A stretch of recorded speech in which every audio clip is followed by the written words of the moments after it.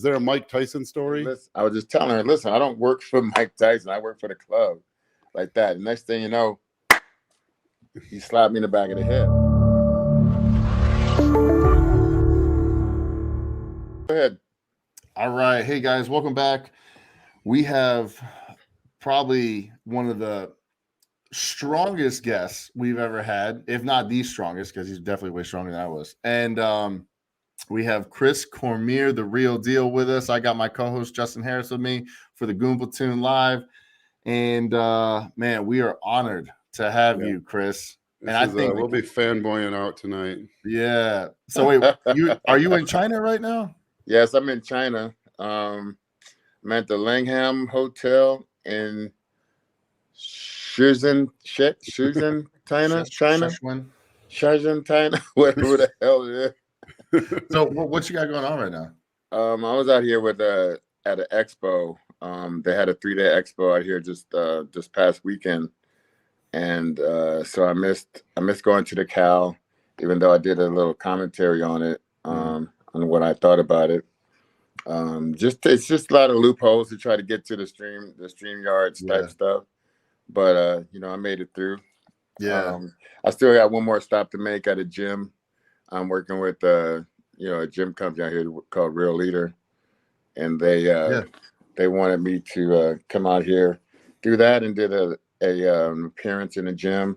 So we did like a little training day where we're just taking different members through a couple of sets of different whatever exercise they asked for. So other than that, I had a good day yesterday. Went to a little bit of sightseeing, which was pretty humid and hot out here at night. But had a nice massage, nice relaxing day. High-end food for sure. Yeah. So I'm having some really good meals and just spending a little time on the road. Still on the road at my age, man. I still feel blessed to be able to do what I do for a living, Yeah, man. Dude, we appreciate you coming on too, because I know it's like you haven't 16 had hours ahead of California. Yeah. Probably like 19 hours ahead of you guys. We're late at night. You're early morning, and you don't sleep.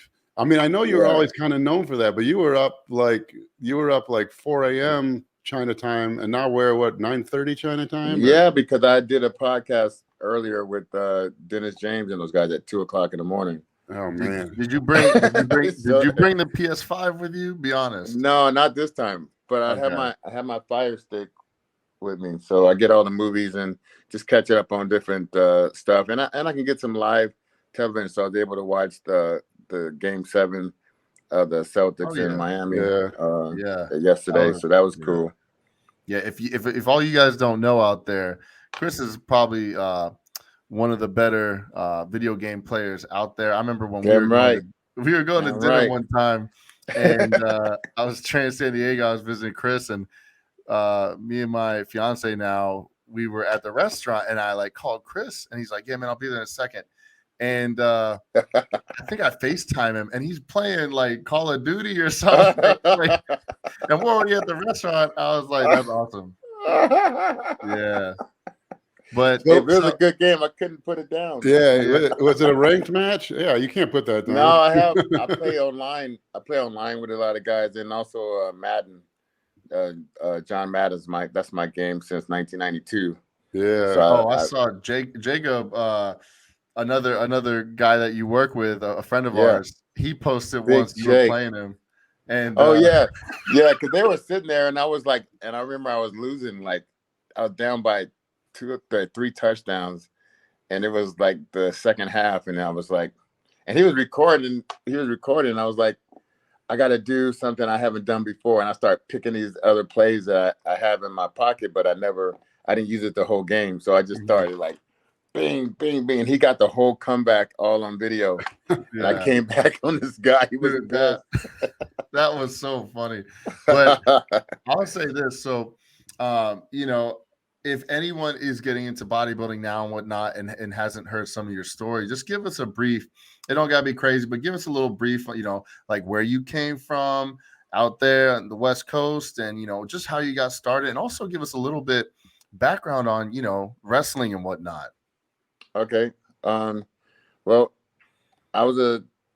my parents got me into school I was 2 years old. I remember I had a picture that I didn't write it. Obviously, my teacher wrote my name for me. I couldn't write my name, and they put Chris age 2 on it, and I had these little colored things. I don't know.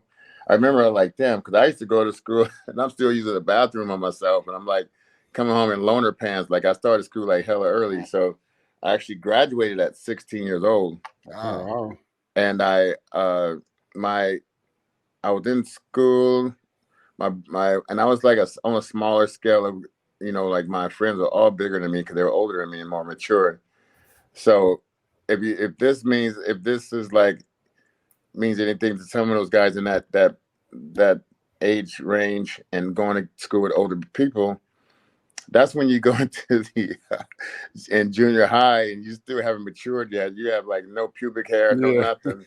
And then all your friends are all fucking fully nuts is dropping already. You sit there like a little boy, like a little baby boy still.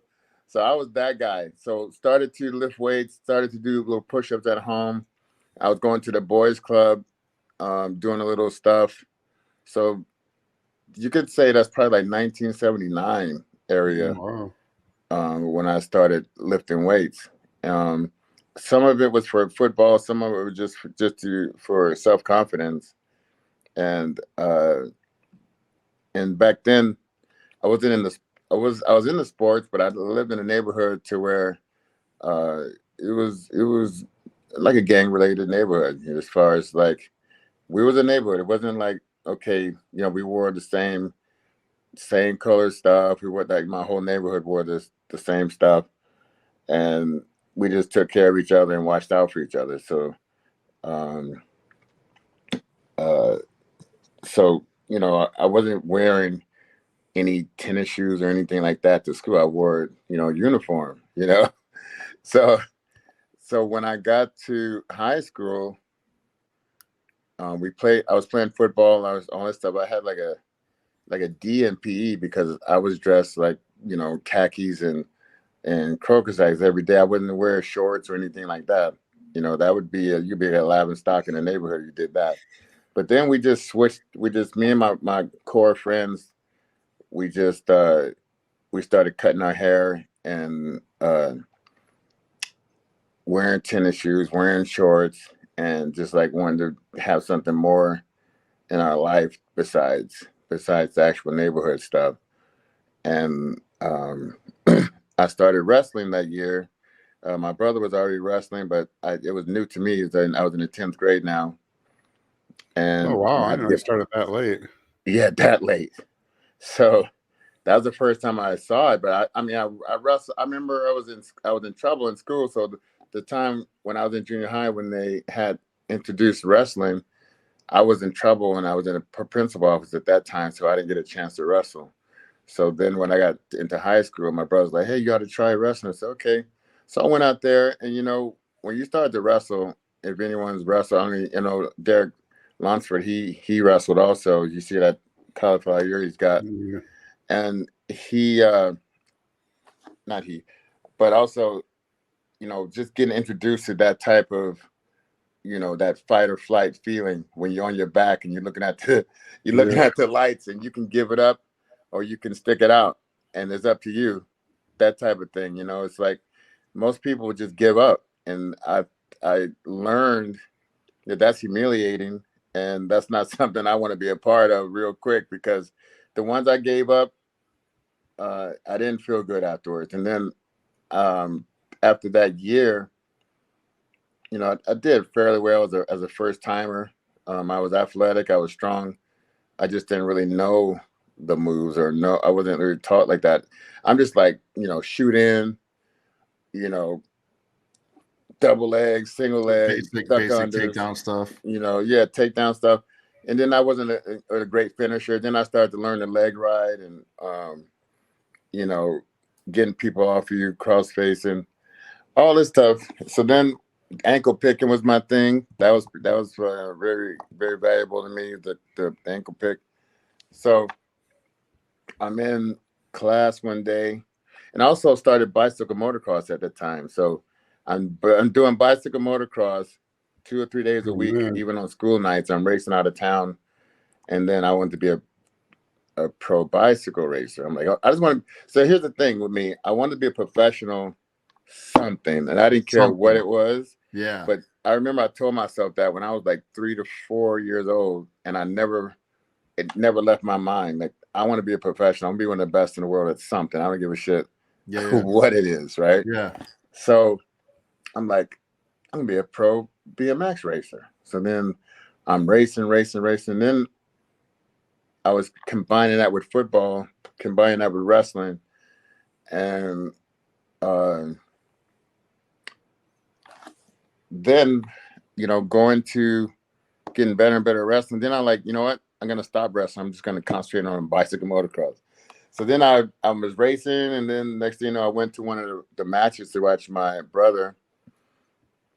And the coach saw me in the stands. He's like, "Hey, Chris, he's like, why don't you just come out for the rest of the season? Just give it a try, because I know you're really good," and blah, blah, blah. So I ended up saying, okay, I'll try it. So then I went back out there to wrestling, and me and my brothers started cleaning up all around the county. We were one weight class from each other. And he actually became a bodybuilder also, my brother. Oh, no kidding. And yeah, I got some photos I could share with you guys of that one. Yeah. He would have definitely been better than I was, for sure, because he had a better upper body. I had a better lower body. But he was good. You'll be shocked. And and so his name is Rob Cormier. But we were like very close in that. But in a sense, we were only one grade from each other, because he was 2.5 years older than me, but because of me going to school early, I was actually one grade behind him. Cool. So we had a sibling rivalry. They we fought a lot in wrestling. We fought a lot in football. Brothers. If you wrestled at a school and there were two brothers, you knew they were studs, because they've been beating themselves up their whole life. Yeah. We fought in track practice. It was like, I didn't want to run with him. He didn't want to run with me. And then, funny, man. Yeah. So, but he was a very good wrestler too. And, ended up winning most of Southern California stuff. CIF is like the name of our federation for the whole state of California. I ended up taking second in CIF. All that stuff. But then my senior year, I went to my senior year in wrestling. I ended up taking fourth in the state of California. But I was like, I lost my first match of the year, which I was like, what the fuck, dude? I was supposed to be this boss guy and whatever. And then it was a guy from out of town. He came and beat. I was in a heavier weight. So when so I ended up being like 26-1 after that first loss. I realized. I knocked out like 25, 26 in a row after that. And, I took fourth in the state. And then I got some scholarship offers and stuff. I was trying to get my grades up, because when I was, being a neighborhood guy, like I said, I had a DMPE out of ninth grade. So I had to do everything I could to make a B average, just to get up my overall grade point average to a C. So then I was too late for football scholarships, but I made it for wrestling. So I ended up going to Cal State Bakersfield for wrestling. It's awesome. So, but if I back up, my high school teacher, her name was Kathy Loria. She thought that I would be a good bodybuilder. And she was like, "Hey, Chris," when I was up at her desk talking to her, and she looked at me and she's like, "Man, you could be a good bodybuilder." I was like, "You think so?" She's like, "Yeah." I said, she said, "My boyfriend can help you learn some poses and, teach you about what you need to do to get started." And she's like, "It's a bodybuilding show coming up in 2 weeks here at the high school. You should go check it out." And I was like, "Oh, no shit." I said, "Okay, I'll go check it out." So I went there, and Mike Christian was Mr. California at the time. He wasn't even a pro, but he was the best poser. And I was watching, I was like, damn, like, man, I could do this. I said, I was looking at Mike's backed up a bicep. I'm like, holy shit, look at all those lumps on his back. I couldn't believe it. Like, it was something it was just, when you see it for the first time, you're just like blown away. He's like, what is that? Shit, yeah. And then you're thinking, can I do that? One major problem is I was a very shy person. Very shy. So that was the issue with me.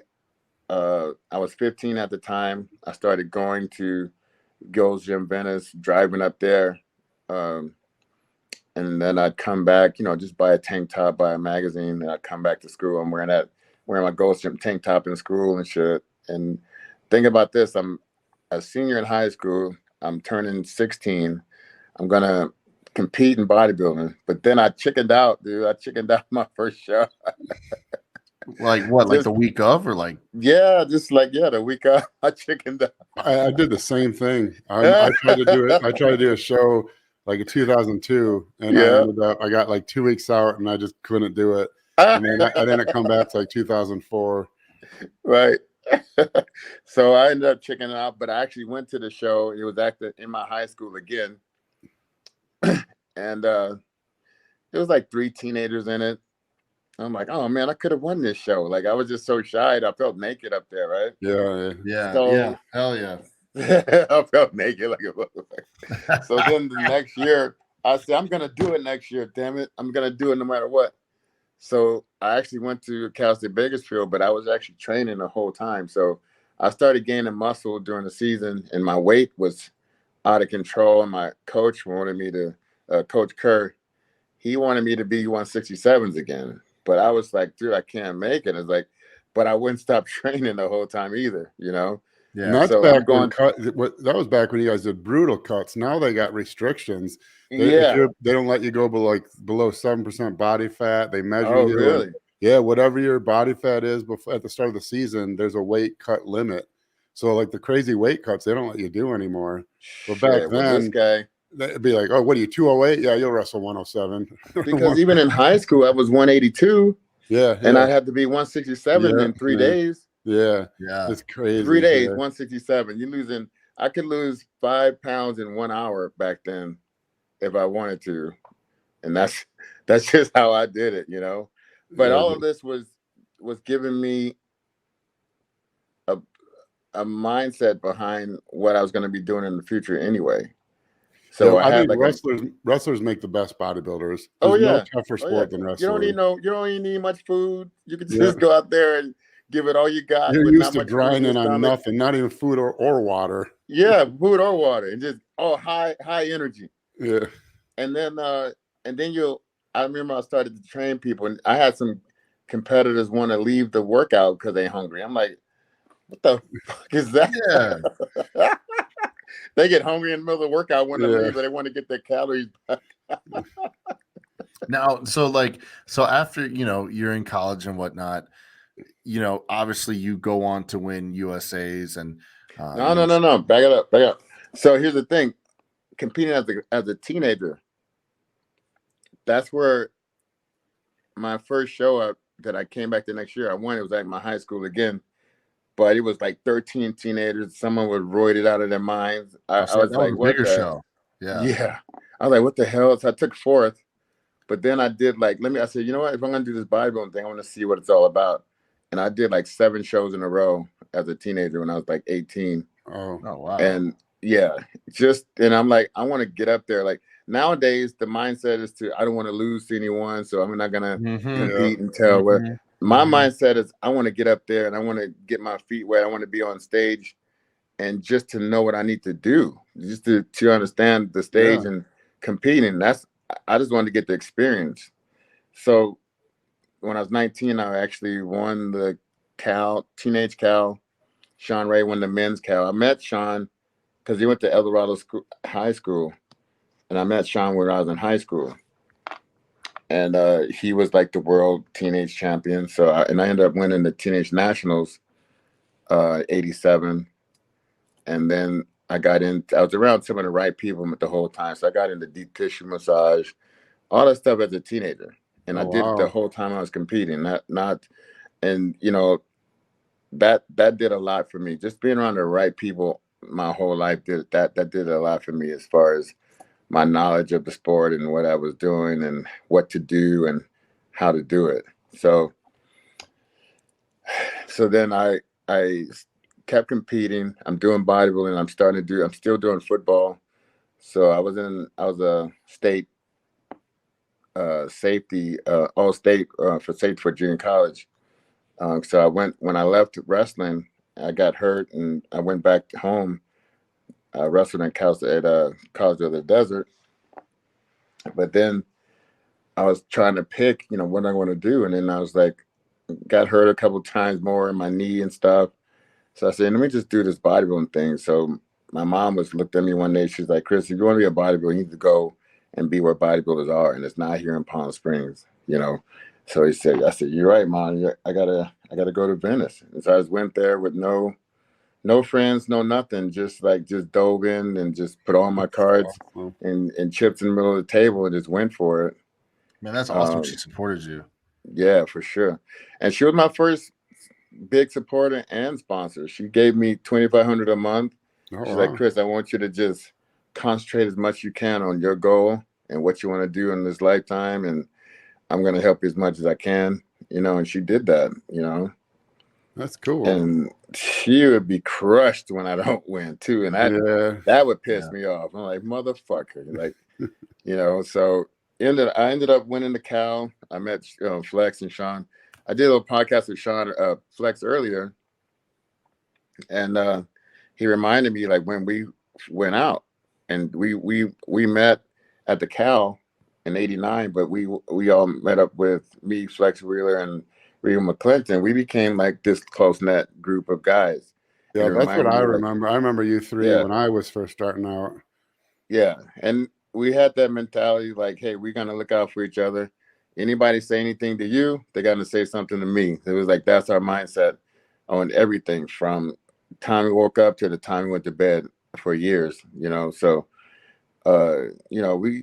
and that's the thing. Flex was today, it was funny because he's like, oh, yeah, remember the first time we met, we was going to Roxbury, and we all worked at Roxbury together. But that time we was always just going to go out together. And I'm like, okay, so can you hear that, listeners? I wasn't the only one in a fucking nightclub. They're like, oh, you in the party, you would. I'm like, shut the fuck up, dude.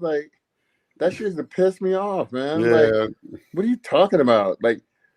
Some people can do it like Dorian. Some people it was an outlet. Some people you just going to pick up chicks. I don't know, but you're full of hormones. I'm doing multiple shows per year. Most of my life, I worked at Roxbury nightclub. I worked at GNC during the day, part-time there, and I trained twice a day. Yeah. That was my life. Yeah. And meeting all the people I did, from all the anywhere from comedians to songwriters to bouncer for people, just personal security for people.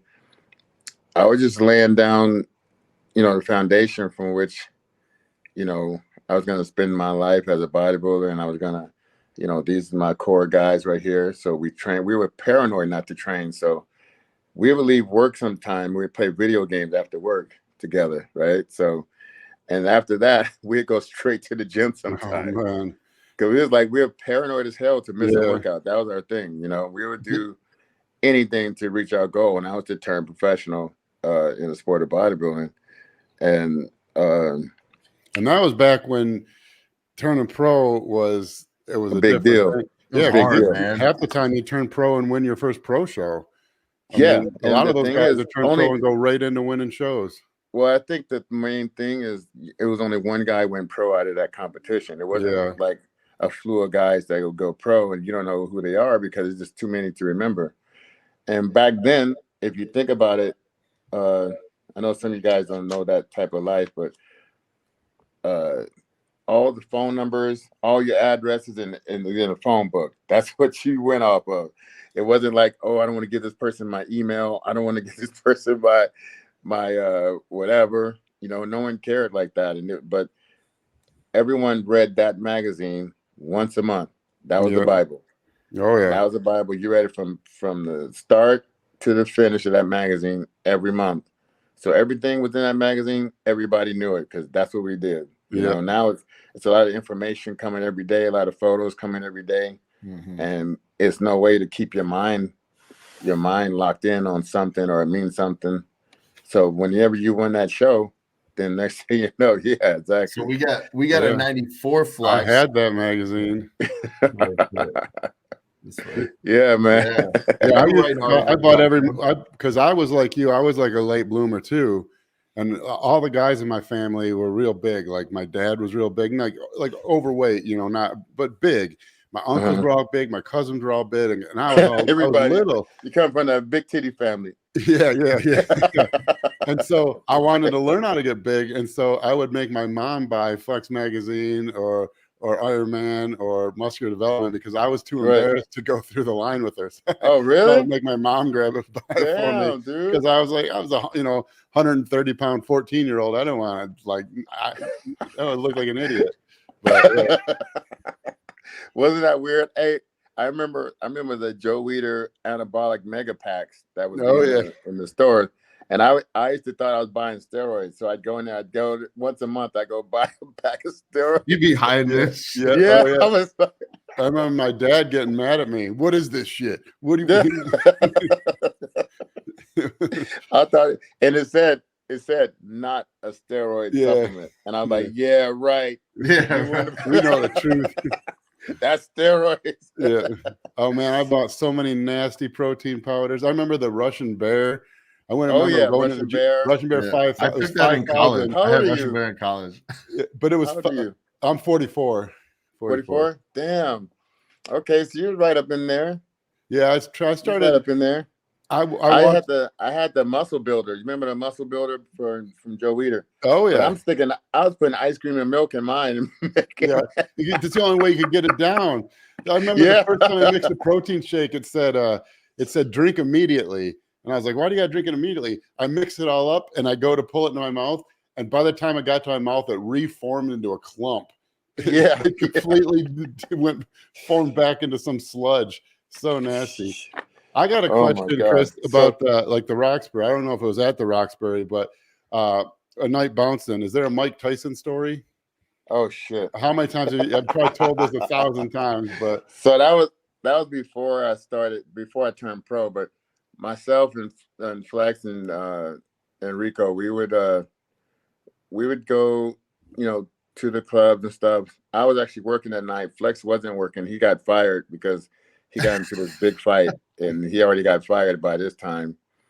And me and Rico was working, and Mike came in with like 20 guys. He pulled up in his Rolls Royce, a couple of Harleys, and a stretch limo. So all the guys in there like running around like he must have picked the most crazy knuckleheads from his old neighborhood to be his security. And, they were grabbing all the girls' asses and stuff in the club, and all the girls are complaining. And, but Mike is in there. He's like the champion of the world. His neck was bigger than his head at the time. And he is sitting there. I remember we always had a weird interaction every time we met. It was just always weird. You ever met someone, you meet them like a few times, but it's just always a weird, I don't know, just weird the way he interacts with you and stuff. And I remember him saying in an interview about, being around other bigger guys and stuff, and how I don't know, he's want to show them like he's a big guy too type of thing. I don't know if you ever heard him say that. Yeah. But I think that has something to do with it. I was training for the Mr. USA at the time, but I was working 5 nights a week in the nightclub. So that was my world, was nighttime, up late, whatever. Even when I compete in shows, I normally went to bed around 2:30 or 3 o'clock, and I normally got up around 6 to 7 o'clock to do cardio on a regular basis. And so I was just always like, at that time I was so hyped up on what I was doing to where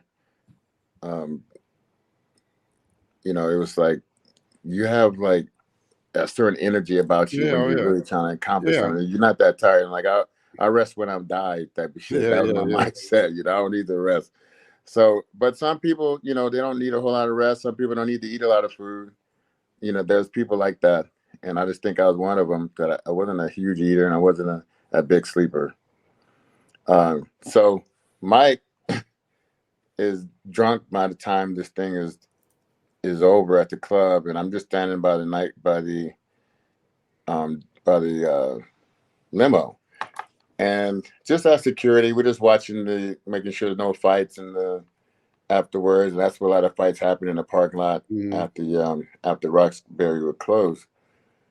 I mean, we got into it with Cypress Hill guys. We got into with the House of Pain. Yeah, we got into it with a few people, And this time, Mike just came up to me, and this girl was like, "I can't believe you work for this asshole," and blah blah blah blah blah. I said, "Hey, listen," I was just telling her, "Listen, I don't work for Mike Tyson. I work for the club," like that. And next thing you know, he slapped me in the back of the head, and then, when you're bouncing, have you guys bounced before? Yeah, I did for years. Yeah, that's so you get slapped in the back of the head, you ready to go now, right? You totally disrespect the damn security at the club. So I turned around and I said, "Motherfucker!" And I turned around, and it was Mike Tyson right there, and I was just like, "Oh shit!" Right? So my first instinct is, I'm a wrestler. I could handle myself in wherever. And then my second instinct was, where I come from, you either take an ass whooping or you give one, but you're not gonna back down from somebody that just violated you, right? So then I go, when I said "motherfucker," and I was like, he pointed to this guy next to him. He goes, "He told me to do it," like right next to him, right? And I was like, "This motherfucker!" Like, I'm raging right now, like, "This motherfucker!" And I was like, and that guy was looking like Mike, like, "What the fuck?" And then he's like, and then he goes, "Well, what you want to do?" And he started doing his thing like this and coming at me and shit. And I was like, and I'm backing up as he's coming. And I'm thinking what I'm gonna do. And then all his guys who was around him, they looking for a fight anyway. That's what they came for. Yeah, of course, yeah. So I'm thinking like, okay, where's Rico? Where's Flex? Because that's my boys. That's who I could count on in a situation like this. Flex was over a little bit further, and Rico I could see wasn't that far behind to my left. But at the same time, a lot of people that was managers there, they all stepped in between us at that time, and then we kind of just separated the situation. And then like, "Oh, you could sue that asshole. You could sue him. Everyone's seen it." Blah blah blah blah blah. And I'm like, I didn't want to sue Mike Tyson. I just wanted to get a lick in. Yeah. I just wanted to hit him back. That's all I wanted. Well, the thing is, what's interesting, like the UFC kind of showed, like if you were a good wrestler, you can hang with yourself. Yeah, you can handle yourself. Obviously, if Mike connects, he's going for a takedown. But if you get into his legs, I know, and that's what I was. I mean, think about it. I was fresh out of, that type of life. Yeah. So that's not too far fetched to be able to be a successful shot. Yeah, I mean, look what some boxers try to go into MMA. I know. They get smoked. They put up a stat recently with UFC, and it showed that the most amount of champions come from a wrestling background in UFC. Oh yeah. I thought it was hilarious because when I was a kid, we used to have arguments like, what was the best martial arts? And one guy would be like, "Oh, the ninja would kick a karate man's ass," and that guy would be like, "Taekwondo guy would kick anyone's ass." And it turns out, like, if you were a good high school wrestler, you could kick 99% of the world's ass. Oh yeah. Yeah. And that's the thing. It's funny when UFC started. I don't know if you know. You ever heard of a guy named Timok? I don't know. Timok was Bruce Leroy. It was on the movie called, I forgot the movie. Bruce Leroy? I know Bruce Leroy. Yeah, that's Timok. His real name is Timok. His real name is Timok. Oh, no kidding. Yeah, no, dude, I watched that movie 1,000 times when I was a kid. He was my roommate when I was after I turned pro and was living in Orange County. And I bought this house from this guy, and he was actually living in that house when I bought it. So I kept him as a roommate for a while.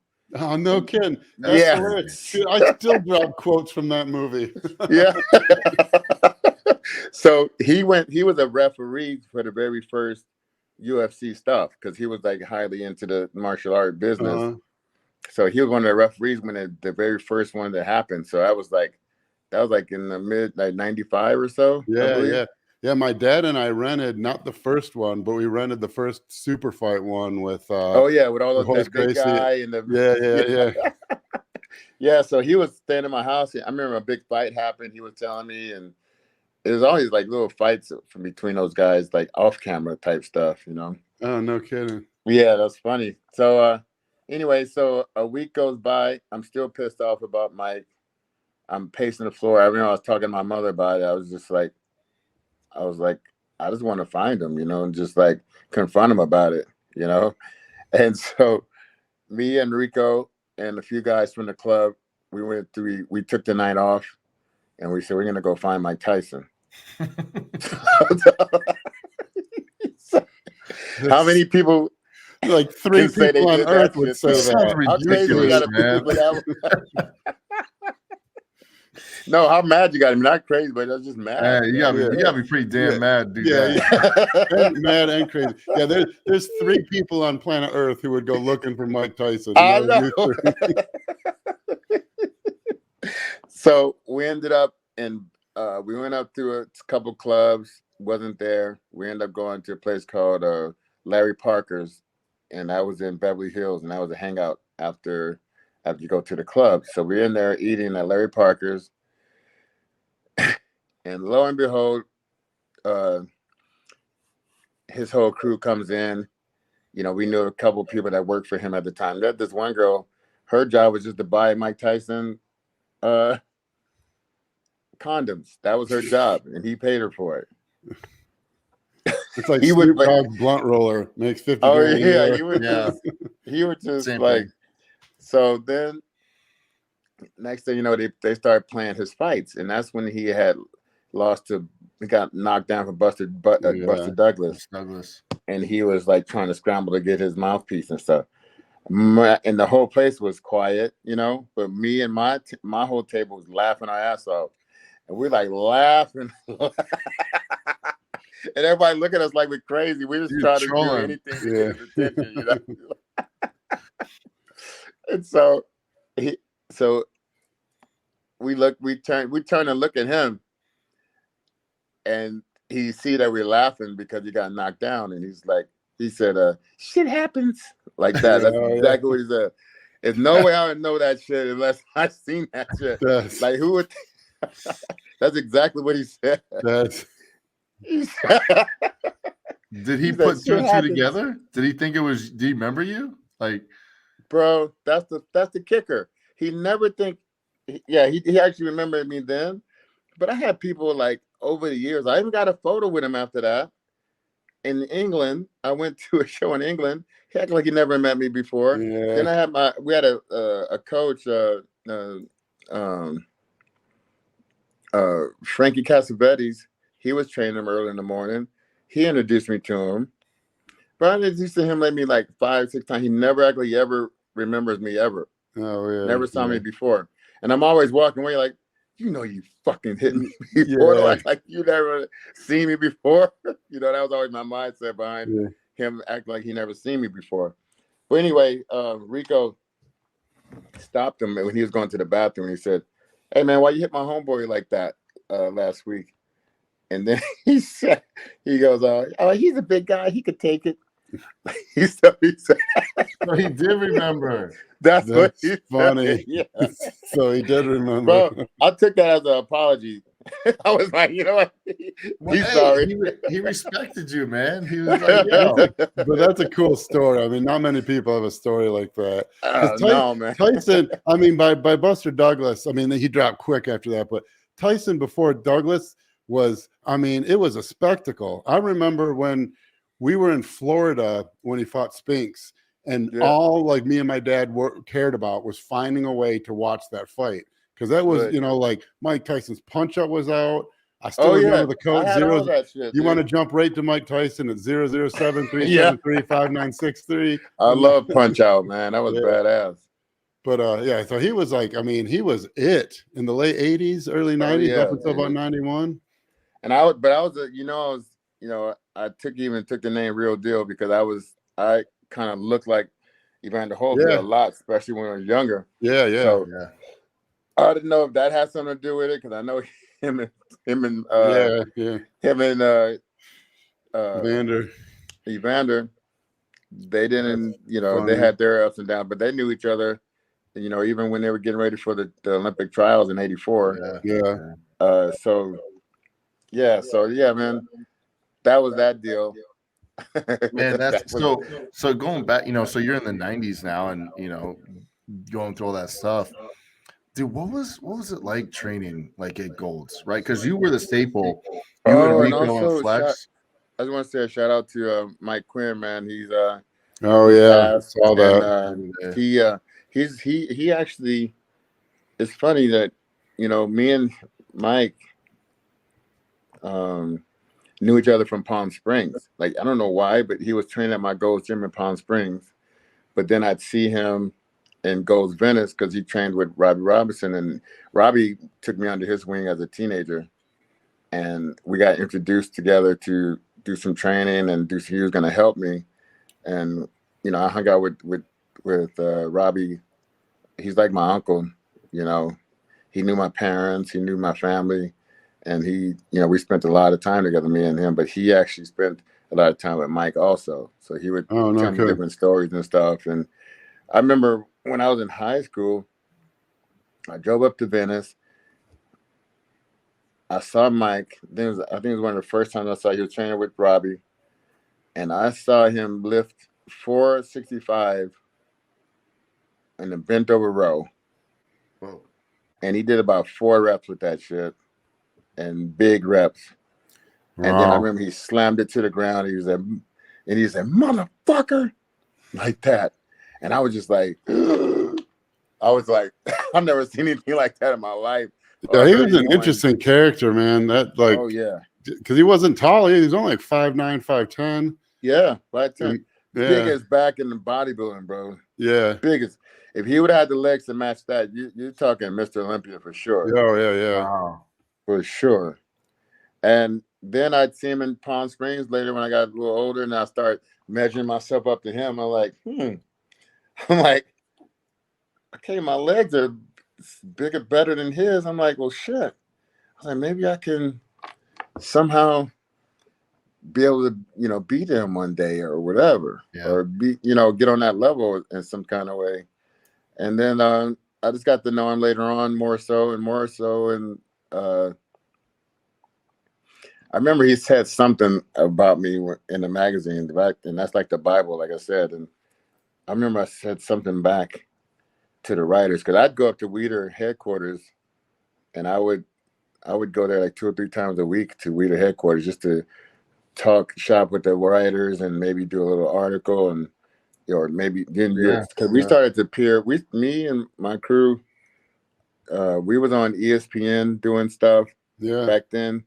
I remember Flex Magazine workouts, American Muscle. We were amateurs, dude. We were working at Roxbury. We in the magazine, in Ironman magazine at the time. My first time in the magazine, I was a teenager, so I just grew up in a sport of bodybuilding. I actually grew up, and all my do's and don'ts and good and bad was all either in the magazine or a known thing. So it wasn't like, it's almost like, I'm not gonna say on that level, but Michael Jackson grew up in the limelight, so all his good, bad, and whatever was all like a part of what. Yeah, it's a weird like kind of growing up in the public, because from a teenager. I was 17 when I first made it into the magazine, and that was from Lonnie Teeper.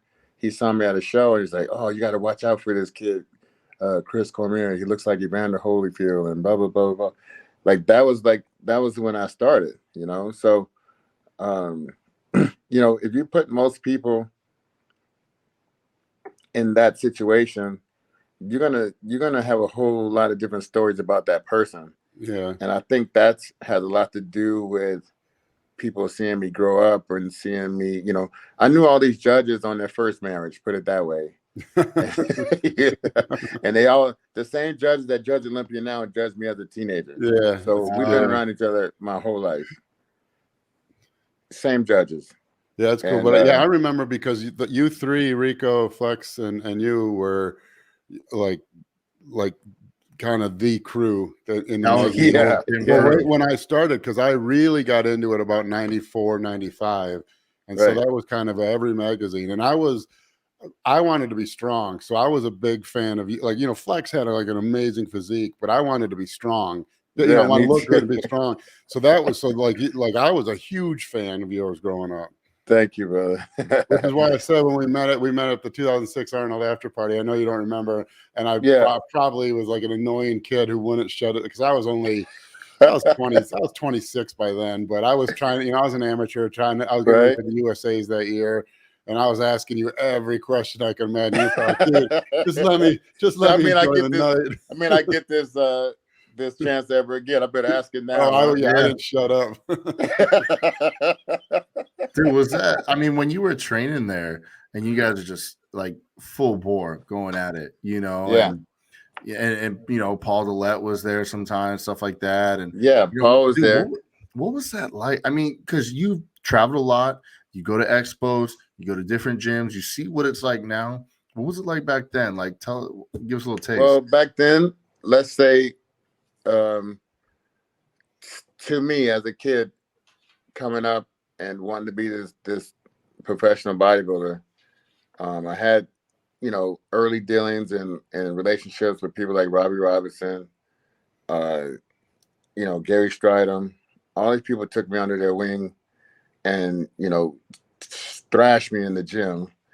We was friends with Flex and them, but Flex and Rico worked out with Charles Glass. I did not. And I started to get bigger. I'm starting to learn. I'm taking a lot of ass whoopings in the gym. I actually have a lot of this footage on video that it's not like someone had a camera, a camera phone or whatever, but I have a lot of footage that I want to try to release one day from those days.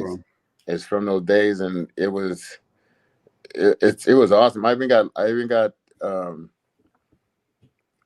Kobe Bryant on video, and it showed him looking at me as if I was somebody. That's awesome. And that was I have it on video, brother. He was looking at me like, damn, and he saw him walking over to me, and the girl filming, she got nervous and she stopped filming.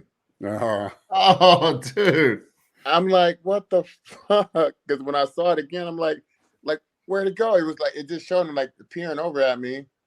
And then he started walking over because we started to talk. I knew Kobe from Golds, and he had always talked to me, and I talked to his trainer. And then the video reappears, and it has me going like this, like I'm going like that. I'm like that was Kobe Bryant, like that, right? Because he just came up and started talking to me and shit. So that's cool. I had he signed the thing for my son. That's when he was number 8 at the time, a rookie. But he loved bodybuilding. He loved muscle, and he was such a hard worker and grinder, man. It's like, it's just to know him and to see him work, that it was people like that in Gold's Gym. People like, Sorry to cut you off, but what I always think is interesting, like you said, he admired bodybuilding. Hard workers always do. You'll see that a lot with like executives, like rich business owners. They'll kind of get towards retirement and they respect that hard work, and they really get into it, and you see it a lot with other athletes. They don't look for excuses like, oh, he's on the juice. Yeah, it's not like that. It's just the people that try to hate. People be talking that kind of way, but they got total respect. But you watch like a Joe Rogan podcast. They know all the bodybuilders. All those guys that like everyone like went through a phase where they wanted to get in shape, and back then you only had the magazines, so you saw the bodybuilders, and they like the guys that like built a career out of hard work. Successful people. I mean, it's not a fluke. Successful people are successful because they work hard for the most part. And it seems like almost like it always cracks me up because they'll bring like Joe Rogan. They'll start talking about bodybuilding, and they know all the bodybuilders, and they read all the magazines for years. Yeah, and I watch podcasts every day. That's my thing. is to, you know, I'm either trying to learn something or trying to see there's something that can make me better at, you know, being a, you know, a podcaster. And I'm being out there a lot lately with working with the Mr. Olympia people with the Primetime Muscle. Shout out to Primetime Muscle. Shout out Primetime Muscle. Yeah. And also the Dennis James, the Menace podcast. And, you know, I owe a lot of that to Dennis, bringing me on and, you know, helping me get started with that. And, you know, I'm always going to be thankful for him. We have a long story behind, you know, between myself and Dennis. We wasn't the best of friends when we were competing, but it's just a big, I think it just says a lot about him as a person to actually, you know, want to get me started in doing something that's going to help my future. And that's cool. It's really cool, man. Because we were not the best of friends. I didn't know that. I got to tell you a story about him in a minute, but you know, write that down. So I got to go back to that. But as I was saying with Kobe, what really got me is when I saw Kobe in trouble with that girl out of Colorado. He's flying back and forth. He's shooting over double overtime, 2 people in his face, shooting a 3 for the win, getting back on the flight, going back out there, going to court. And don't forget about the practice in between that. Yeah. And when does he have time to eat? And when, you know, and that's a dietary thing there and the training and stuff. And then they won their back-to-back championship, right? Remember the Lakers? Yeah. He was in the fucking gym at 9 a.m. in the morning, the morning after. I saw him in my own eyes. The morning after he won? The morning after he won. That's what they say. Like he was an animal like that. Bro, I said, man, he could walk on water right now, and I would believe it because this fucking guy is out of his mind, dude. Yeah, I couldn't believe it. Yeah, I respect that. The people that just aren't going to, like winners, you know, the guys that just will do whatever it takes. And I just couldn't believe I saw this guy. I was like, I would have been celebrating. I still wouldn't have been sleeping from the night before. There's no way I would have been in that gym. I was like, I still would have been celebrating. I guarantee you most of those guys were. Oh, hell yeah. He was looking for the next thing. Did you go up to him and you're like, yo, what are you doing here? No, I was just just letting him work, man. I'm just astonished with. No, man. Yeah, you hear stories about him like he'd have a bad game or something, and then the janitor would find him shooting whatever shot he missed or whatever. Like 4 a.m. They'd be cleaning up the court at 4 a.m. He's there shooting with it, you know. Yeah, shooting 500 of those shots until he would never miss one again. And that same type of, you know, a lot of people don't really know my story. They're just trying to listen to whoever would tell them whatever they think about me and whatever they think I did. And most of these people was never around. And the people that was around, they got a different perspective on me. You know, they, you know, and I always, this is my big comeback to a lot of the trolls and shit on social media is, guess what? You may not have respect for me or you want to talk shit to me, but the people that you respect, they respect me. So what do you want to say about that? Well, like I said earlier, offline, every one of them. You were never out of shape. Dorian, you know, like if Dorian don't respect me, you're trying to say Lee Haney don't respect me. Yeah. You're trying to say all these guys, they respect me and they gave me my respect. Yeah. Well, you don't if you're doing things you shouldn't be doing, you're not in shape every show. I mean, guys come into shows out of shape. You had a whole career where you were never really off. And and not only that, you know, Jay Cutler, like Jay used to be in clubs. Jay would blow some steam in clubs too. Yeah. Well, everyone does. 2:00 p.m. also, or whatever. Past the time I'd be going home, Jay's still in the club. Yeah. But he never. When I was asking Jay, I said, "How did you ever not get a reputation when I seen you do all kinds of shit, Jay?" I said, "Would you have people sign a fucking NDA?" NDA. Well, let's set the record straight here, you know, and let's set the record straight here that you worked. You already told us like how much you worked, how much you trained, you know, like you didn't win your shows. Okay, how about this, John? What am I like in the gym? What am I like? You know. Yeah, this man, push it. Like strong. No, that's what I knew you as. I knew you as the strongest bodybuilder. Dude, but it's more not even the strength, but the mindset behind. Yeah. Like, look at what I've done in my life, dude. I've been a wrestler. Yeah. I've been not only. I mean, I was a damn good wrestler, but we had mental training courses. It's like. And California wrestling is no joke. The only thing that irritates me is don't take away from my hard work. Yeah. California wrestling is no joke. That's not like right. Like winning Utah. That's not like being fourth in state in Utah. I mean, you're fourth in state in California. You're one of the top of the nation. Yeah. Oh, yeah. And I was thinking about it. It was as far as I could have went because I only had 2.5 years experience. That's incredible to me because I quit wrestling in 10th grade and I wrestled for years. Yeah, because that's the thing. When I'm going against people who wrestled since they were 5. I'm like, damn, I started this shit. Yeah, that's like crazy. I never knew that. I assumed you were one of those people in AAU at age 5. No, man. Yeah, that's crazy. I was smoking people though. It was. I had like a record of 94 and 20 something before I went to college. 94 and 19 or something. I wrote down every single match I've been in until I went to college. Well, let's keep it real. So, you arguably could have won some Olympias. You know what I'm saying? So okay, yeah. But here's the thing, brother. I came up in an era where they talked about openly, if you look like you are side injecting, you are gonna get marked down. Mm-hmm. So that was on our minds as we got ready for the show. No one talks like that. I don't know if you ever noticed, but every podcast I do, I'm down in that shit because that is not fucking bodybuilding.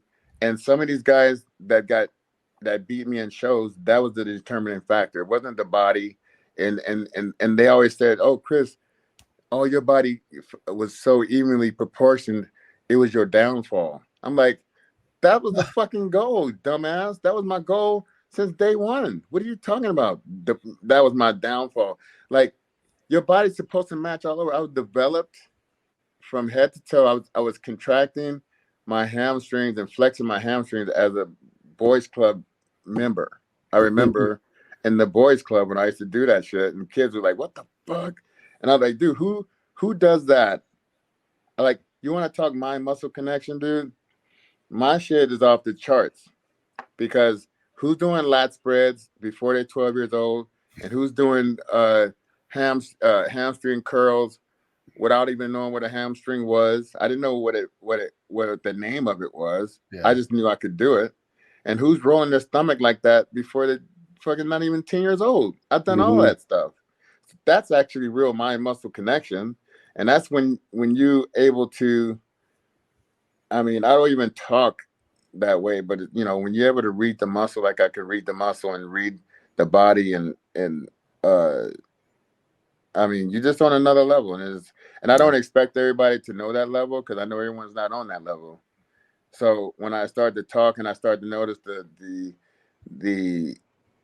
anatomy looks a certain way, and you can't tell me you can make a muscle, and you're so special that you can make a muscle look like it's not even on the anatomy chart. Well, without it being injected. Yeah. And then are we going to a day we're going to be a 5cc class and a 2cc class? Like what's going to be, what's going to make the shit stop? Yeah. And it's not, I don't respect it. I can respect some muscle that's real muscle. Yeah. And it's like, wherever I know people do shit, I just don't want people, I know you got to take shit, you got to put it somewhere, but I don't want people to take shit just to make the body look a certain way and not just from the help of, having a steroid, help you either burn body fat or repair tissue or something like that. When you start to destroy your body, because the chemicals that's in some of the stuff nowadays, I think is destroying and eating up some of the muscle mass anyway. And I think that's what you're seeing out of some of these guys' lats. We were just talking about that. It has to have something to do with it because it's and think about it. People are making compounds in their house. Yeah, it's not just bathtub. Yeah. So what's in it? How do you know what's going to deal with that that muscle? How's it gonna make that muscle look after you tearing it in the gym? You're tearing it with the fucking jab, and the substance you having inside the muscle. What's happening now? Yeah. It's the muscle. That's making exactly calves what we talked disappear, about the last making podcast. lats disappear, making legs disappear, and Yep. you're shortening your ability to compete in the future because your shit's gonna be gone. It's not gonna be on the bone. It's gonna be gone. Do you think that was a bigger issue in the 90s when it started coming out, or do you think that's a bigger issue now? It's a bigger issue now. We had some people in the 90s, I'm not gonna say their names, but I know who started what. I know who started shooting in the fucking hamstrings. I'm not a big advocate of it. I want to see definition. I want to see developed muscles. I want to see swollen muscle bellies that don't even contract and has no muscle fiber. You got striated glutes, but you got no stripes in the legs. How does that make any fucking sense to me? Yeah. Or where they got like an extra quad muscle halfway up the quad. Yeah. In a circle. Now you didn't poke but now the shit don't contract. Now you got tears coming. Yeah. You got holes coming. You got all kinds of things transpiring in the body that's not a normal thing to happen and was never there in the 90s. It was never there in the early 2000s. It wasn't there. Well, people still talk about that era as the best era of bodybuilding, the late 90s, early 2000s.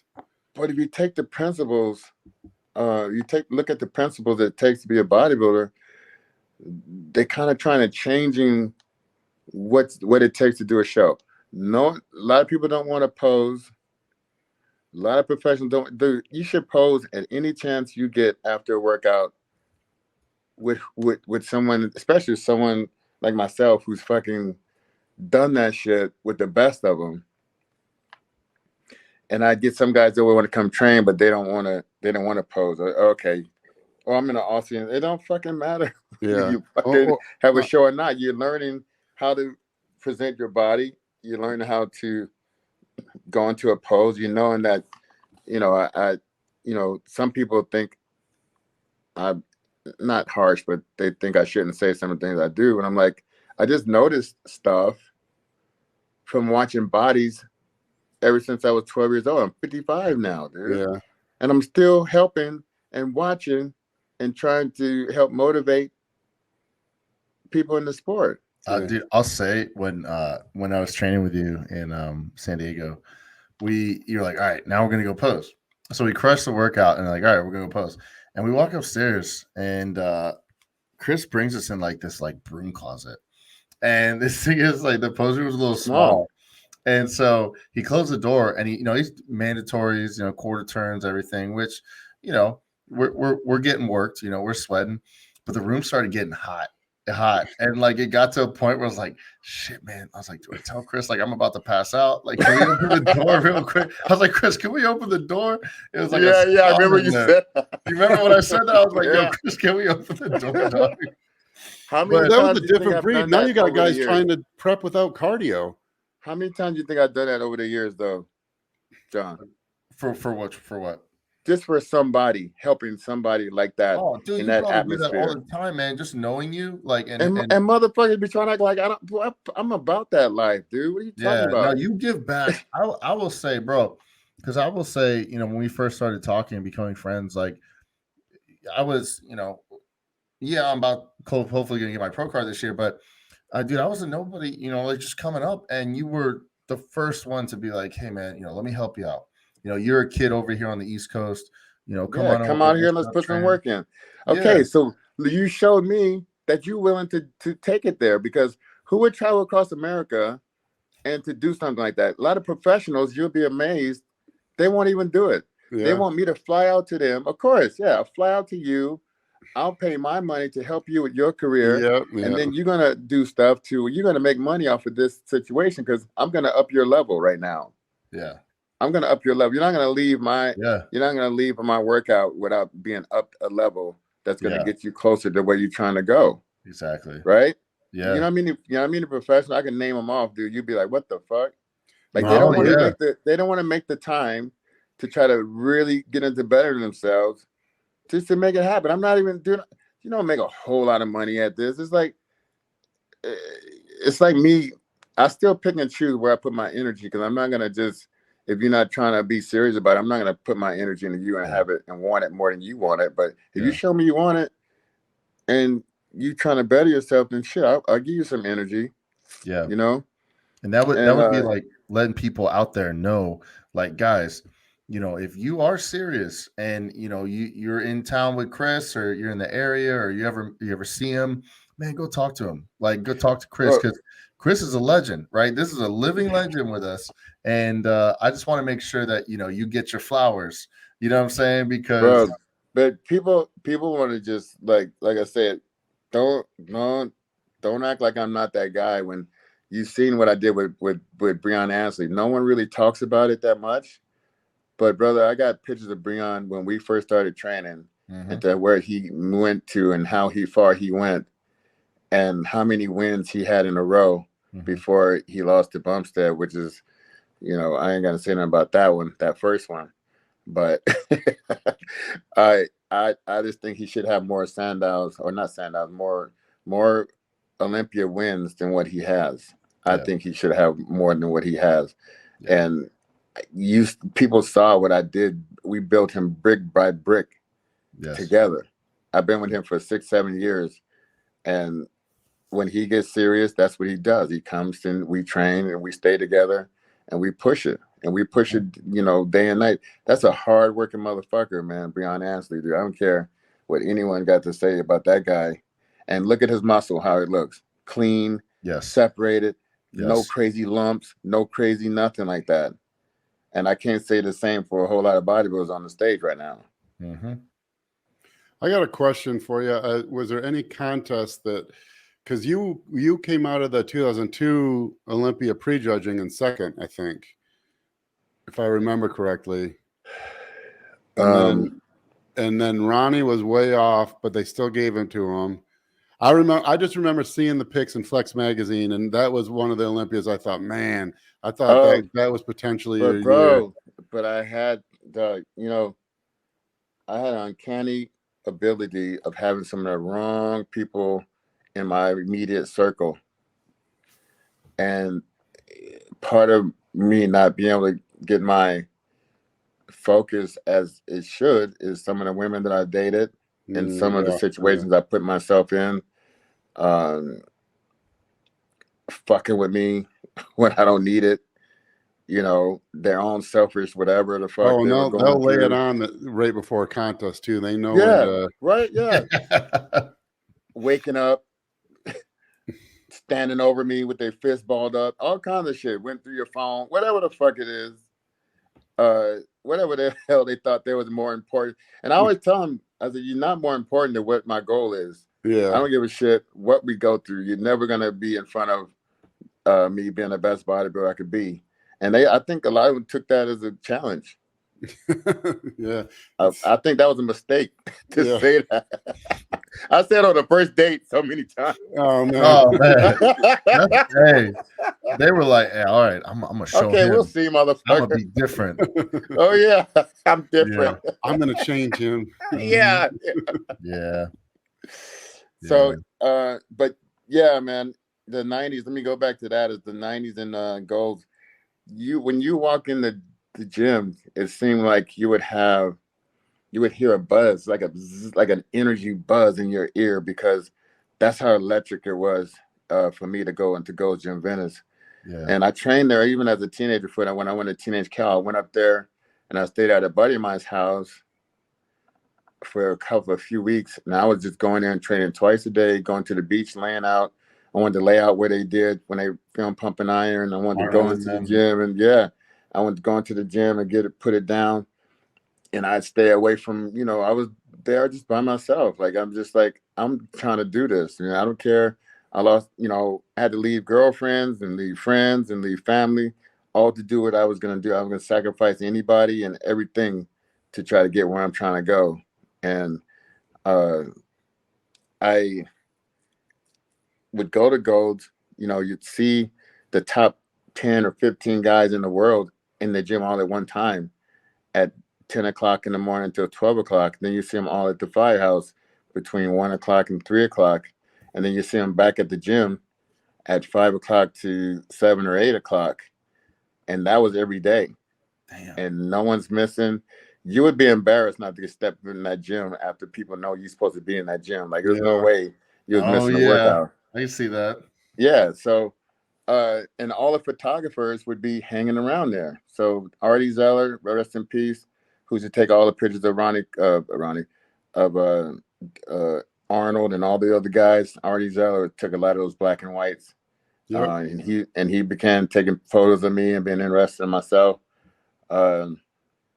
Bill Dobbins, he would be in there. He does, his thing. He took a lot of photos of myself and a lot of other bodybuilders and female bodybuilding. He was, heavy into that.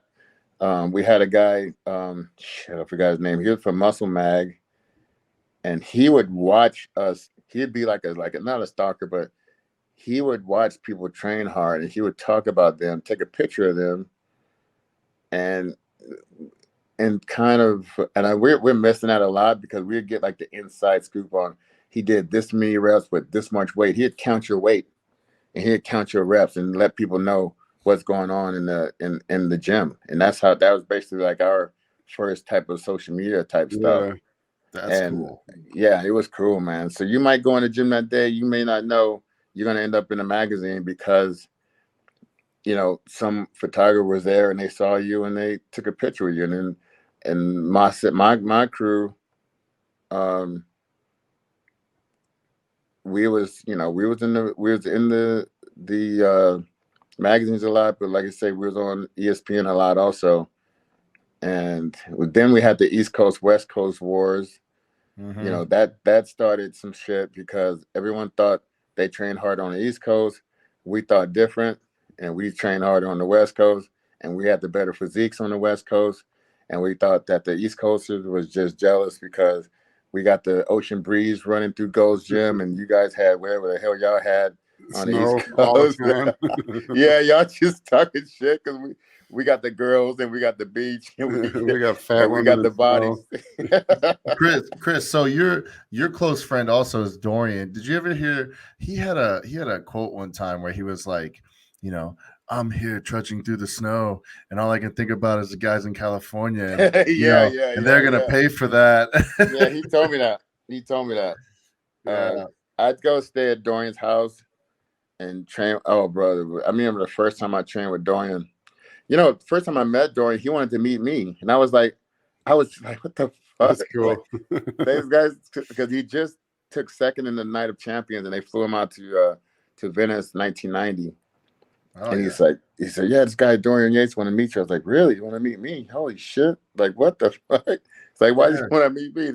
He said because he saw all the magazines and all the footage that was about us, and he thought he related to me because I had a neighborhood type of background, and he comes from a type of situation where it wasn't a nice little situation, but we were making the best of our lives now, type of thing, and that's when he had braces. He had a little ducktail in the back. Yeah. He had the blonde hair. His ears kind of stuck out like this on the side. He had all that fixed over the years. Like, I've known Dorian that long, and we've been the best of friends since then, since 1990. Wow. He to me became the closest friend I have in the sport. That he would treat me as a brother, and I would treat him the same. And he was always trying to get me to come train with him. And I understand how people don't come train with me or don't take me up on stuff, because I didn't take him up on it either. But it was a mistake. And I repeat, it was a mistake because he was trying to teach me the right way. Mm-hmm. And when people like Robbie tried to teach me the right way, I was just too egotistical and to even receive the message at the time.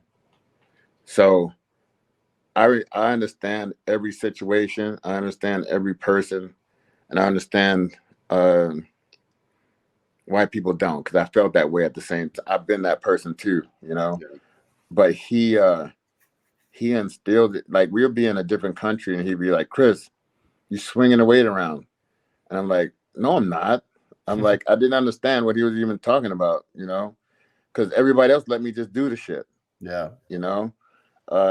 When I started training with even Gary, Charles Glass, he let me do whatever the hell I wanted to do. He never said anything was not good enough. Like, if I would have had someone be like, no, stay your ass on the fucking leg extension, stay your ass in that fucking whatever. I was really strong, but being strong is not painful. Yeah. Being strong is not painful. Being connected and mind muscle connected, that's painful. And a lot of people don't want to do that shit. They don't want to do it. They rather just pick up the big weights. Yeah, no, I fell in the same trap. I know about that. Yeah. And I was like, no, I don't want to do these 40s, Robbie. I want to do the 80s. Mm-hmm. I can do more reps, and I need that. I need that more so than I need that. That's what I thought, but I was wrong. And the muscle's going to look a certain way with the 80, and they're going to look a certain way with the 40, and how you utilize that weight is going to mean everything, how that muscle is going to look. Yeah, and that's a lost art, I think, now in the sport. It's but then think about this. A lot of people don't want to go there, dude. They don't want to go there.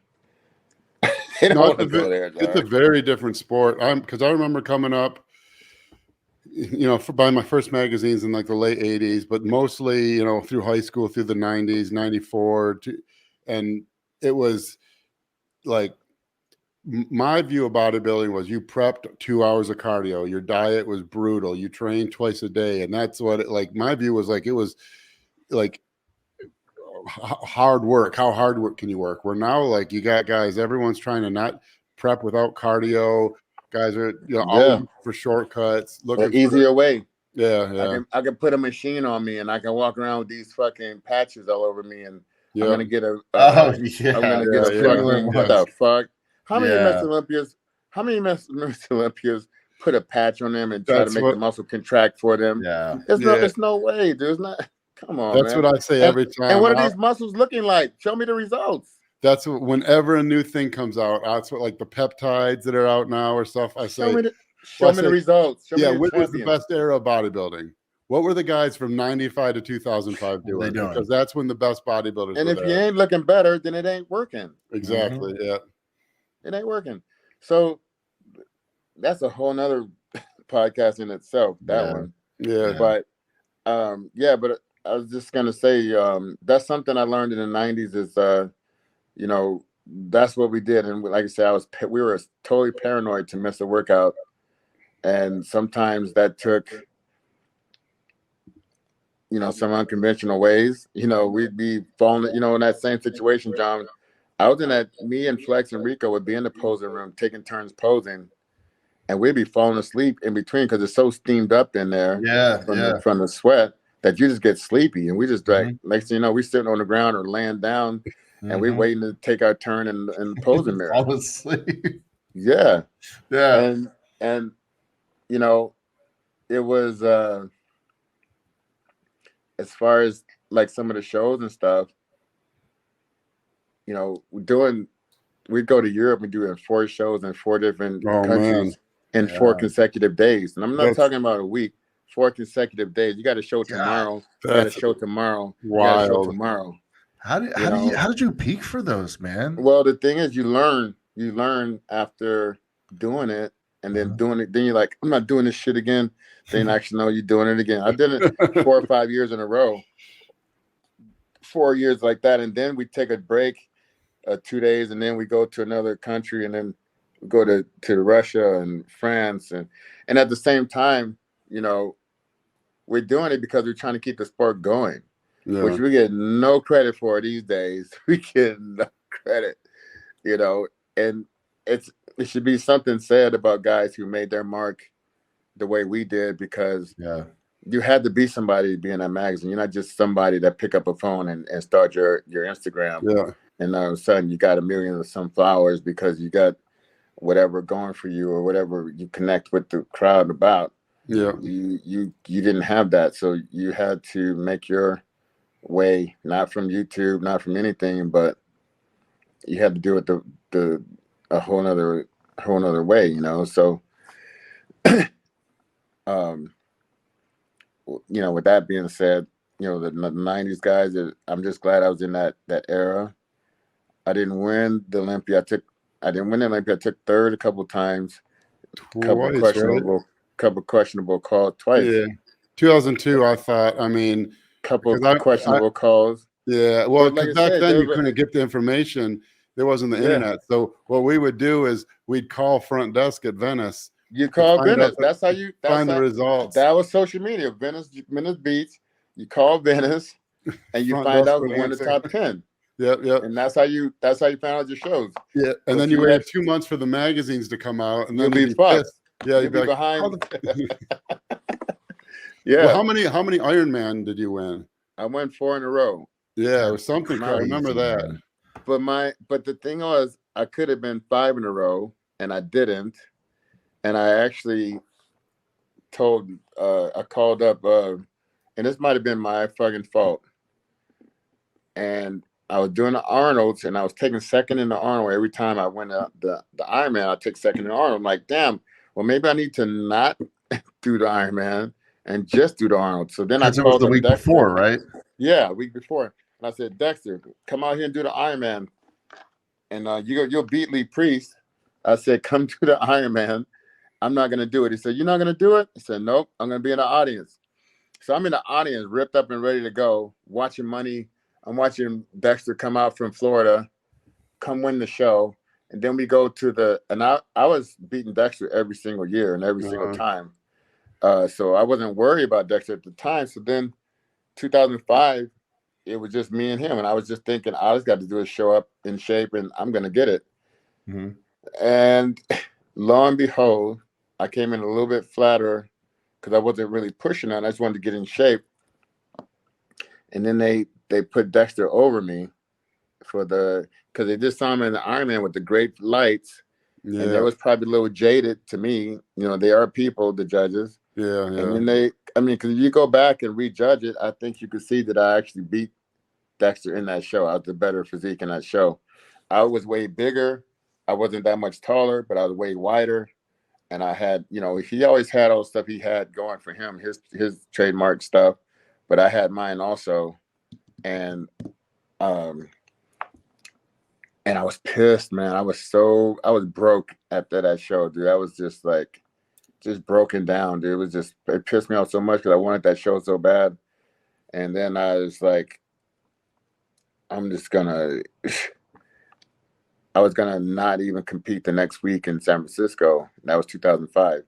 And I don't know if you ever seen that show, but I showed up there full, hard.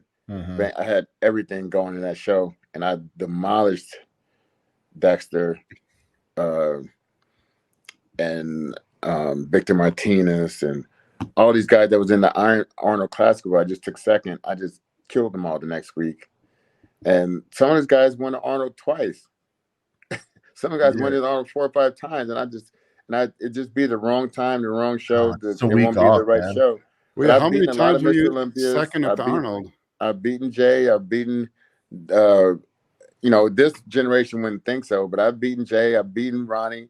I've beaten everybody but Dorian in my whole time. Beaten everybody at one time or another. But like I say, right now that and I was just telling you guys earlier that, I'm making a post with me and Ronnie. And people are going in. I'm just making a post thinking like, oh, yeah, Ronnie might see it and he's going to chime in or whatever. You say, yeah. And he came in and said some positive stuff. But then you got these troll motherfuckers that want to say, oh, you can't compare it to Ronnie. I'm like, oh, you're not as strong. You're not. I'm like, bro, this is one clip. I used to do 525 for 2 and 4 reps on the incline press. You got 495 or 405 for 12, I did 525 for 4 reps at a time. Yeah, I remember repping the 200-pound dumbbells too. But that wasn't my absolute best. And then sometimes I do 200-pound dumbbells. I've done it for 8 to 10 reps before. But I've done all these back to back, and it was every workout. It wasn't like sometime. It was every workout. Yeah. I did something like that. And we didn't have, our camera set up with we didn't have a tripod in our workout bag. We didn't have fucking. You were like, yo, Mitts, hey, come record before the Olympia. I'm gonna be prepping, not that strong, but you're gonna get something. Yeah. Oh man, those battle for the Olympias, I wore those things out. Those watch them. I watch him over and over and over. I still watch him during prep. The one I think with you and Flex training at Venice and maybe 2001, and I think that was on that was on A&E or something. Yeah, and I felt I should have beat Flex that year. He started to have some issues, with his kidneys that prompted him to come up with stories why he couldn't do a show because, at that time, if you couldn't do a show, you might be losing your contract, which was everything to us at the time. And that's when the ninja story came up, and he said, I forgot about that. What year is that? 98 or no? That was 98. Yeah, I forgot about that. 97. Sorry, 97. Yeah, because 98 he could. 98 he lost to Ronnie when everyone thought he was going to win. Yeah, and that right there in 98, he probably could have won, but a lot of people, champions, some of them get in the way of their own self. Yeah, and some people don't really want to succeed when they think they do, on the outside, but inside they have a little something in them that's gonna, start him to cheating on the diet a little extra. So, something like that's gonna happen. Yeah. And I think that's what happened because the Wednesday before the 98 show, you should have saw him, dude. We went to go see him because that's the thing. We're in each other's corners, me and Dexter and I mean, I'm sorry, not Dexter at the time. Me and Rico and Paul, we went to go see Flex, how he looked. We was all behind each other on all the shit. So Flex didn't want to turn the lights on. We're in there to see you, and you were in the dark basically, and you won't pose in the light, but you want us to see what you look like before the 98 Olympia. And then Chad came there, and Chad made him drink 7 gallons of water to try to flush out the water and stuff he had in his body. And it worked, man, because the way he looked was light years different in the last 3 days. Light years, dog. He did the way he looked. He should be thankful for that. So he pretty much, you're saying that in 98 when he got second, Ronnie fell to his knees, that he probably wouldn't even done that good if it weren't for Chad. Yeah. But dude, he should have won that. If he would have just came in like he could come in, he would have won that. Yeah. But yeah, man, and I understand, dude. I was so shy that I didn't really want to turn pro when I turned pro because I'm like, people are gonna ask me to do seminars, people are gonna ask me to do stuff that I don't really want to do as a pro should. But then I want to beat everybody. So I had this little tug of war going on inside of me at times too, and I understand that part just from a shy mindset behind I used to not speak a lot. I had a problem even saying the word vanilla when I was coming up, and it was my favorite ice cream, but I couldn't say it. And I was just all kinds of little stuff that you battle with, and people have no idea that you battle with these different things. Uh-huh. No, I mean, definitely, at the end of the day, your career, I mean, you're even Dorian has said it. There are times where you could have been Mr. Olympia. Your physique was that good. Your hard work was that good. Things just sort of didn't line up. But so let's say this though. What if I was training in a more methodical way like Dorian did? I was training more like a pumper, whatever. Your body's not going to grow that way. What if I would have had a trainer like Dorian behind me? He said, I think I would have won. That's what I think. Yeah. I think because the thing that they were saying about me, your back was a little flatter than what we were looking for.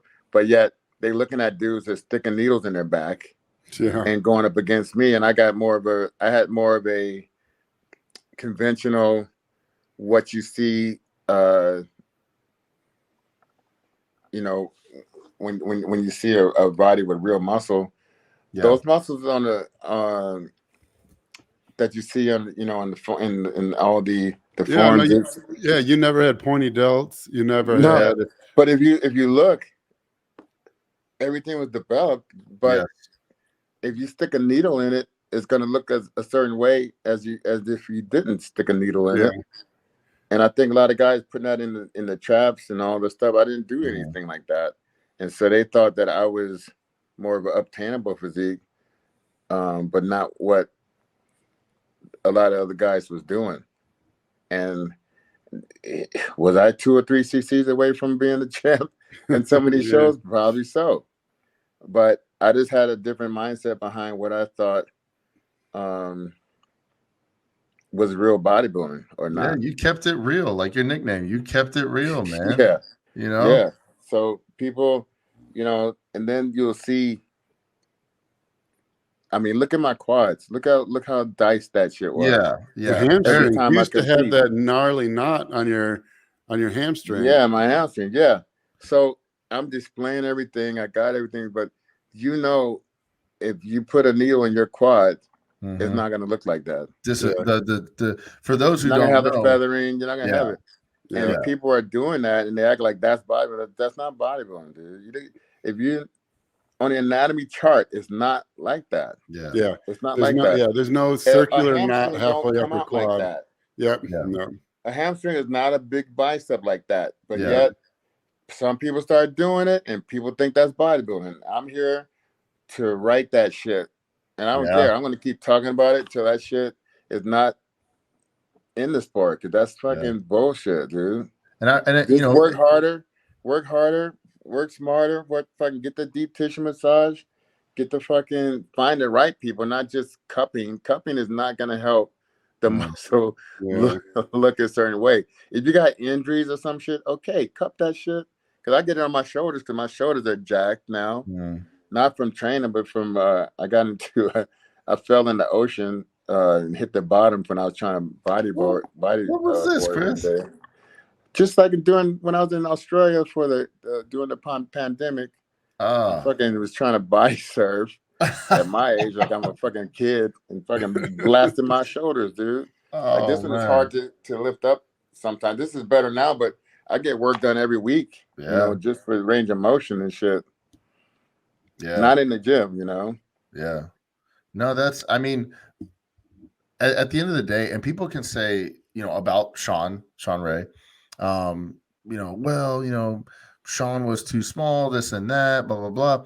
But I look at your two physiques, and to me, when I look at your quads, the feathers, the striations, you can see the adductor separation, the hamstrings. Your guys' physiques, like you two especially, were so detailed and separated from front to back.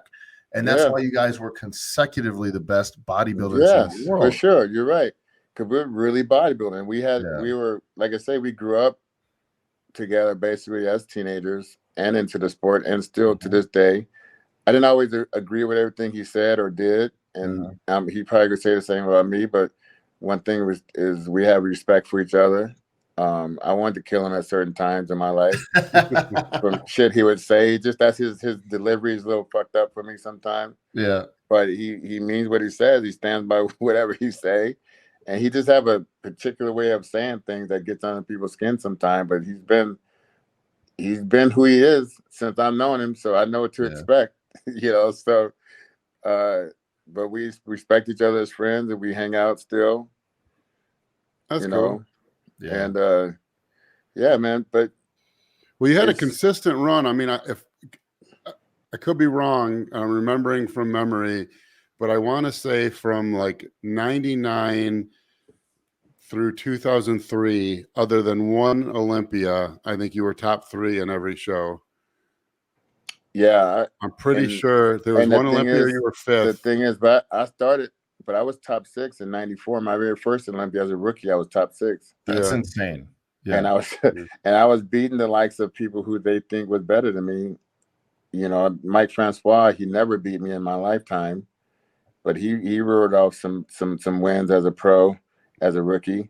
And it's just if I would have did the show that Mike won as an Arnold Classic, maybe I would have been Arnold Classic champion. Because he never beat me. Yeah.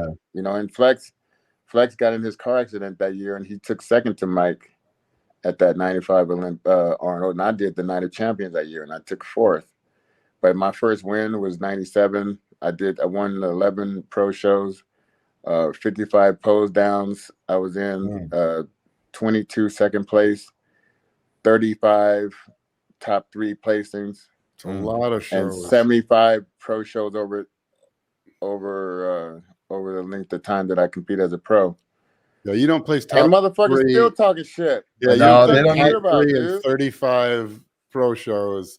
Yeah, by partying, you know, by doing the wrong things. That's what I always hated, because it was like, God, the guy's like as consistent as you can be. It was like half a decade he was first, second, and rarely third in every single show. You know what's crazy though, Chris? I think that I think if your physique was nowadays and you had the social media era where they could have had more access to you and seen, you know, what the work you were putting in the consistency, people would, you know, the dummies would be, they wouldn't be able to say anything, right? So but people would think about this though. Who's doing 10 shows and 12 shows a year? Nobody does it now. I don't know. So so don't you think that may have paid I may have paid a price with development, with size, just by competing so much? Yeah. But people never take that in consideration and say, like, you know what? This guy did a lot of fucking shows too. They never say that. They just say, well, you couldn't stay out of the clubs. You couldn't stay out. You went to the club.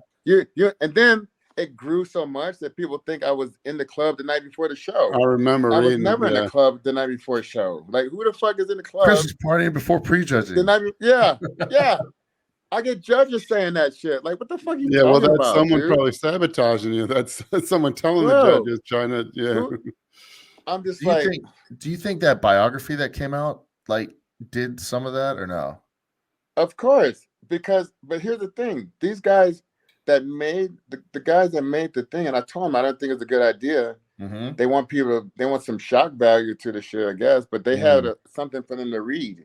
And if you read the questions, it's going to make you talk that way. Yeah. Because, like I said, you can't say Dorian don't respect what I did or what I attained or what I was or what I was. And why would we be so close? And I'm such a fuck up. Yeah. Why would they have so much respect for me if I'm such a fuck up? How would the world of the people that these people respect me, and I'm such a fuck up? I just can't stay out the club. I can't stay off the drugs. I can't stay off the whatever, the women, the this, the that, the trend, or whatever the fuck they thought I was doing so much. It's like they watched that and they're like, of course it was completely, blown up out of proportion for the, like you said, the shock value, the drama. And so they watched that and they're like, oh, listen, I'm on the West Coast. How the fuck does someone like you hear Palumbo, oh yeah, but he couldn't stay out the club, and so all his minions, they think that, and the people, and they're like, bro, you don't even fucking know, and I know shit about everybody in the sport, but I don't. I bounced at the biggest at the top nightclub in Michigan 4 years in a row. It was a 4-story nightclub called Space. They had a 300-pound dominatrix. They had trapeze artists. They had midgets running around. They had 6'5" transvestites running around. And I could tell you that I saw Dave there several times. Yeah. And then, it's like, and I like nightclubs, but I grew up in nightclubs. I grew up in them. It's like, it was no big deal to me to be in a club. It don't mean you're fucking up. Yeah. No, don't mean you're not going to train at 10 o'clock in the morning. Yeah. Let's set it straight. You didn't go. Let's just set it straight. Everyone else partied too. You didn't party way more than no one else. Like you just did a little. Like, yeah. And if you're hanging out with a chick, that's what you did. Yeah. Or you want to see some chicks, that's where they were. Yeah. It wasn't like I'm just in there to fuck up. Yeah, we need to get laid. And I'm like, I'm knocking some shit out the park. Yeah, because there's no way. Yeah. And did I enjoy sex? Yes, I did. Was I on some trend? Yes, I was. And did I do some?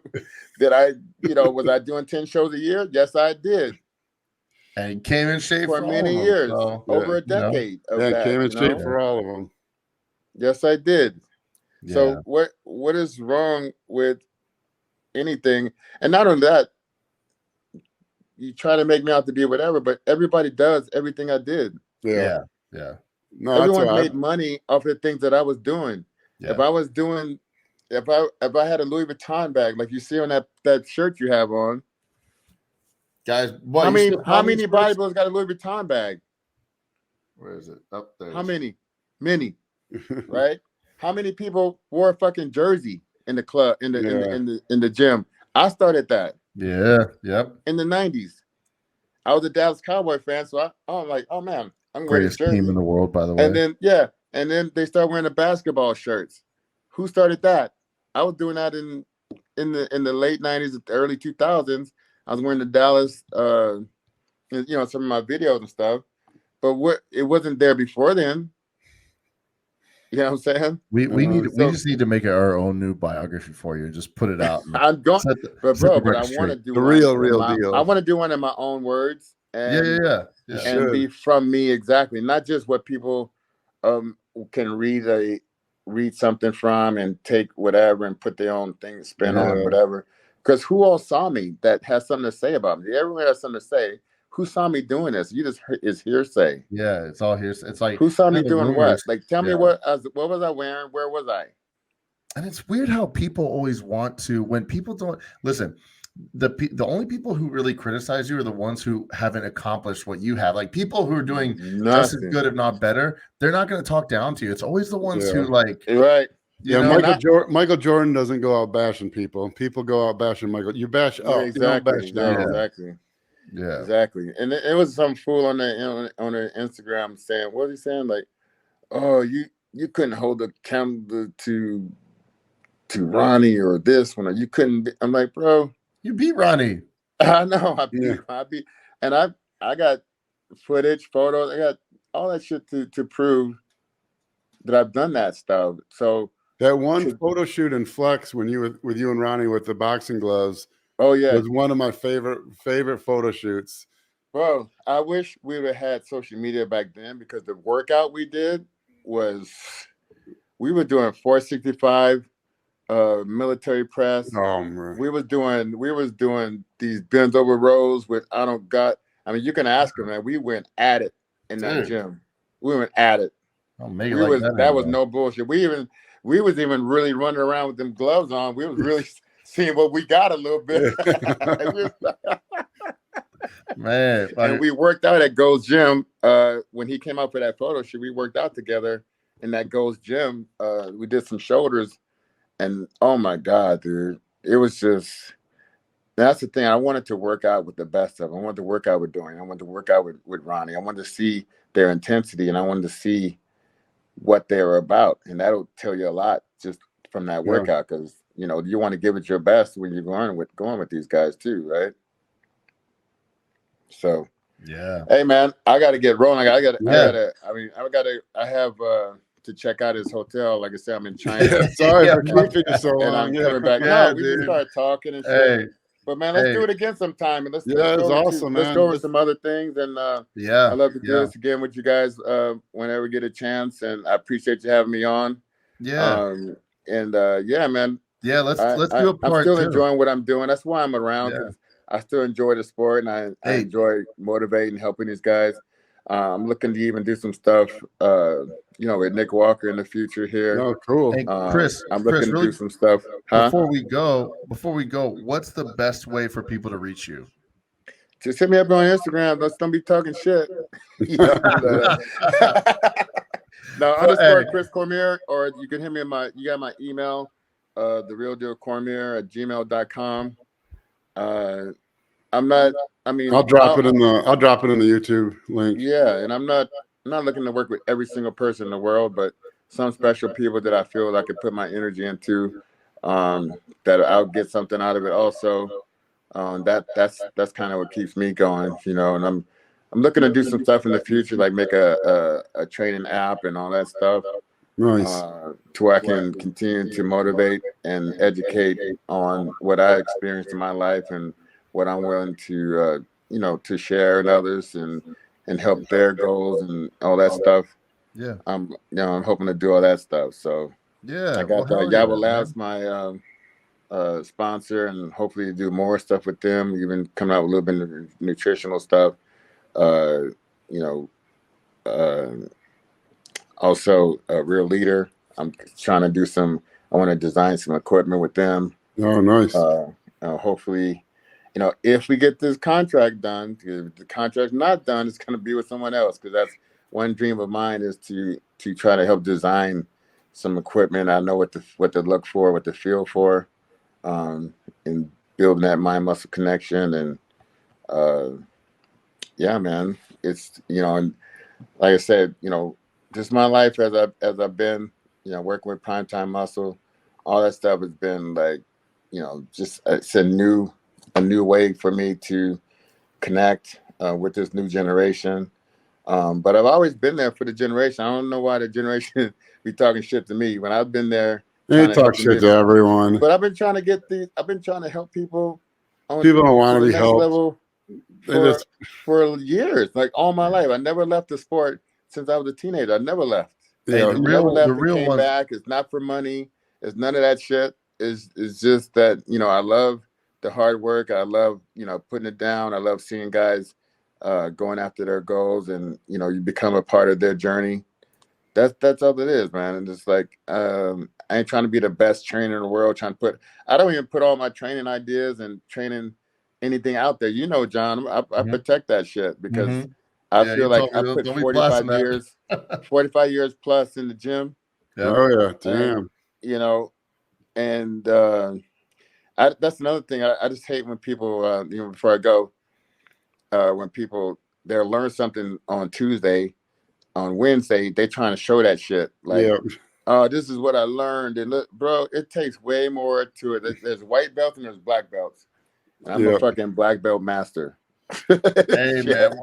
Well, on that note, guys, check out Chris and his sponsors as well, Yava Labs. So for First Detachment, Justin Harris, myself, and The Real Deal, this is Goon Platoon signing out. We'll see you guys next time. This episode is brought to you by First Detachment. First Detachment is an expert formulated supplement company founded by renowned coach Justin Harris. We've combined science with real-world experience in each product. We are battle-tested. Are you? Find your battle today at firstdetachment.com.